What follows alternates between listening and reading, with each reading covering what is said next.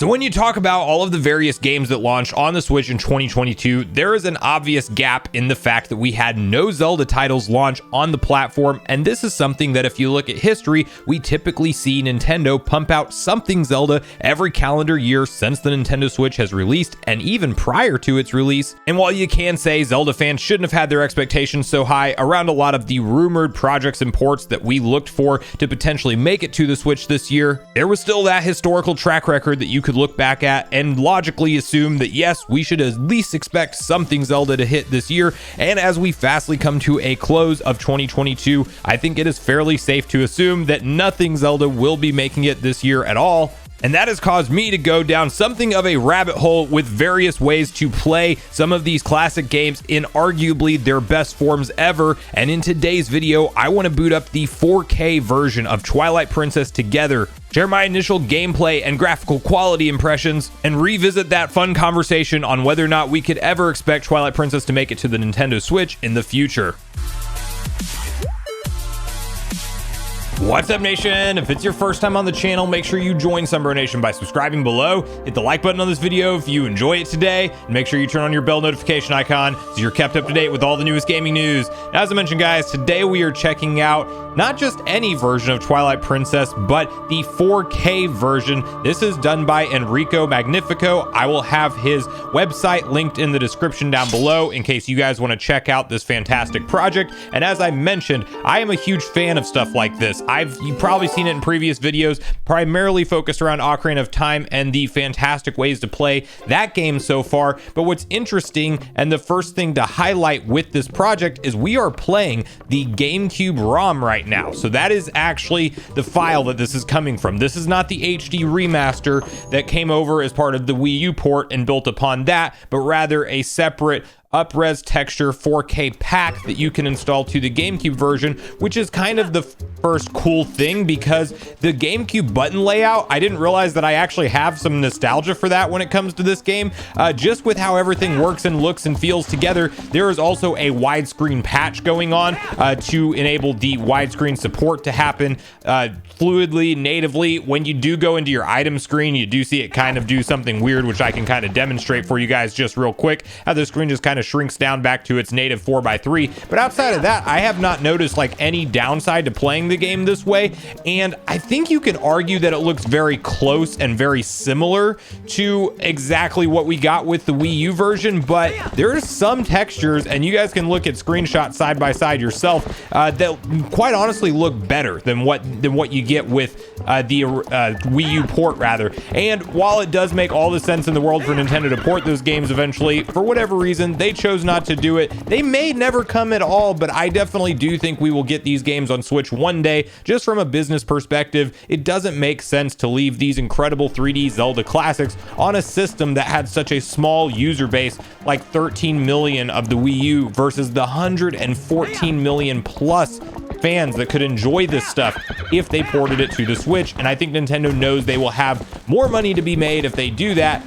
I guess it's just a timing factor, and we are now, getting into the point of the games lineup where we're talking about Tears of the Kingdom being very close. In May of 2023, we will already be talking about that game's release, and I think that that's the only Zelda game we see happen for the year of 2023. And then at that point, we're going to have to start looking to maybe 2024 for the earliest conversation about these classic ports like Wind Waker and Twilight Princess coming over. The thing about it is that I do think that since Nintendo is not marketing these as part of any kind of Zelda's 35th anniversary or big anniversary, I don't think we'll have to wait till the 40th anniversary to see these titles come over. Oh, I believe I do need to go get my my lantern first. We'll grab that real fast and then cut to the continued thoughts on when and how these games ultimately make it over.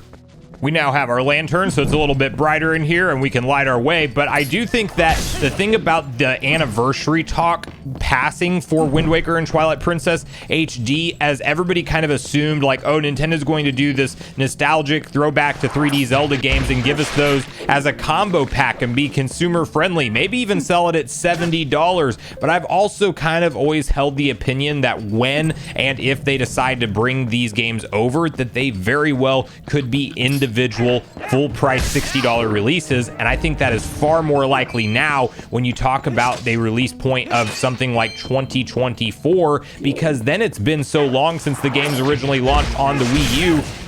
You almost, and when there's no anniversary in the conversation, you almost have no motive to actually do that consumer-friendly bundle pack that you would like to see happen, because as I mentioned, with 13 million units sold on the Wii U, not many people got the opportunity to even buy these games, so they might just spruce them up a little bit more and actually put a little bit more work into the texture packs and things and make them look, you know, maybe even a step above what we're playing here right now, which does look beautiful, by the way, and it might not come through as well on screen, but this is actually a great way to experience this game, especially if you are in particular a fan of the GameCube version, which I very much am.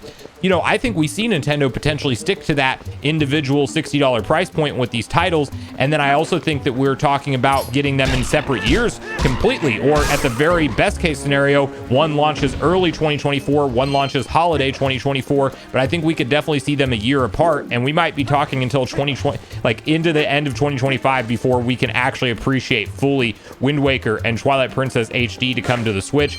And that's if Nintendo brings them at all. If they don't, I think it's a huge misstep. I think that these games are some of the, I mean, this to me, I don't know about you guys when you played through it the first time, Twilight Princess in particular almost felt like a Ocarina of Time 2. It has that like vast kind of you know, dungeon exploration, heavy story focused grand adventure experience, and I really did enjoy it to that same level. The combat with, you know, you being able to swing your horse, or swing your sword rather, on your horse for the first time with Epona, having even certain boss fights take place on your horse is incredible. I won't spoil anything, but one of the most epic, like, multi-part Ganon fights ever awaits for you at the end of this game. There was just so much done right, not to mention the specific combat and the upgrades that come along the way by a mysterious hero, which I will let you guys do your own research on who that actually is. But, you know, all of the gameplay elements as you go forward in the game,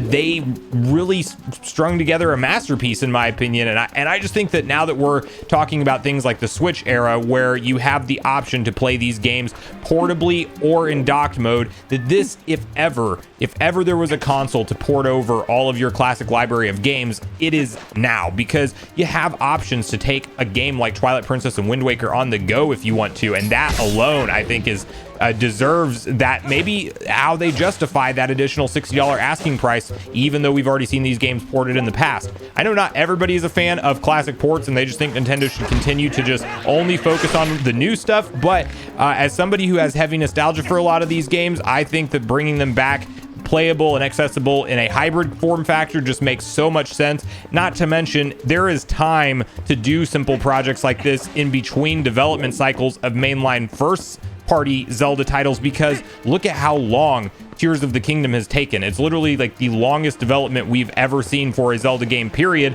And, you know, that in 6-7 years now, if we're talking about waiting that long in between mainline Zeldas, well, at least in the meantime, give us the option to go back and play the classics that we want to play on your best console that you've ever released, being the Switch. That's my honest opinion about it. I really feel like the Switch is, quite honestly, the best Nintendo console. And if they give us all the games we really want to play on there, it only becomes that much better. Now, to also tackle like the conversation of Twilight Princess and how unique this game was, is if they do bring this to the Switch, this will be the first Zelda game that's been released on the GameCube, the Wii, the Wii U, and the Switch. So it'll be like literally it will have hit every generation. This was a cross-launch title for the Wii whenever it launched, and that's one of the things that I have nostalgia for the GameCube version as well. I know we got to find the key somewhere around here, and I will go back and find it. But you know, it's one of those things that this one actually launched the Wii, and they had an extra development, a year of development to get the game to run on the Wii. And one thing that happened with that version, because you are typically right-handed, or at least the mass majority of people are right-handed out there, well, they decided to mirror mode the game and put the sword in Link's right hand. So if you play Twilight Princess rather on the Wii, you are literally playing the game like Mario Kart mirror mode style, which is kind of crazy in and of itself. But it is one of those things that that's the reality of it. And if I play the Wii version, I get entirely turned around. Like, I definitely prefer it to be played exactly like what we are seeing here with the GameCube layout, the GameCube ROM, even the button layout. I prefer. I love playing this with the GameCube controller. I think that feels fantastic. Like, there's so much to enjoy with this original version, and massive shout outs to Enrico Magnifico doing these kind of projects to actually, you know, give us some additional options to re-experience these games. Would I have to go through so much lengths to play these again other ways if Nintendo would just port them over? No, I wouldn't, but you know what? They make for some fun video topics, and I definitely enjoy walking down memory lane a little bit, reliving some classic Zelda titles, and then also just discussing the possibilities on, you know, where we're at with the state of these games today, because I don't think that we just see them locked to the Wii U and their HD versions forever, but I do think Nintendo definitely takes their time with these titles from here, and probably, I'm safely setting my expectations to when and if we get them at all, that it's actually going to be one of those situations where they're released almost a year apart, if not more, and then they're also probably released at the full price $60 price point when it's ultimately sold. But I want to hear from you guys at this point in the video, your personal thoughts, nostalgia, and speculation around what you think we're going to see with the future of Twilight Princess. Do you think that projects like this are really cool? Are you impressed like I was to see that the GameCube's version of this game actually arguably looks as good, if not better, than the Wii U version, just based off of a fan project? And how do you think Nintendo navigates classic 3D Zelda games from here? Are we in a situation where the systems that they came out on and the HD remasters that they were released on those systems, that's just all we're going to get, and we won't ever see another version of Ocarina of Time, Majora's Mask, Wind Waker, or Twilight Princess make it over? Or do you think ultimately Nintendo will take the time and give us these games? And if you do think that they're coming up anytime in the foreseeable future, how do you think they're released without anything being attached to an anniversary? Do you think that it's individual price point releases like I do? Or do you think that there's a shot that Nintendo knows they already released these things before in the Wii U, and so they do that consumer-friendly move that I hope they do and give us the games together in a single combo pack? But regardless of your thoughts and feelings on everything we talked about today, I do look forward to hearing from you all in the comments down below before you leave the video, as I do look forward to getting a back and forth conversation started with you all around this topic. Go watch yesterday's video next if you haven't already, which is on screen right now. Also, make sure you like, subscribe, turn on your notification bell, and I will see you guys in the next video.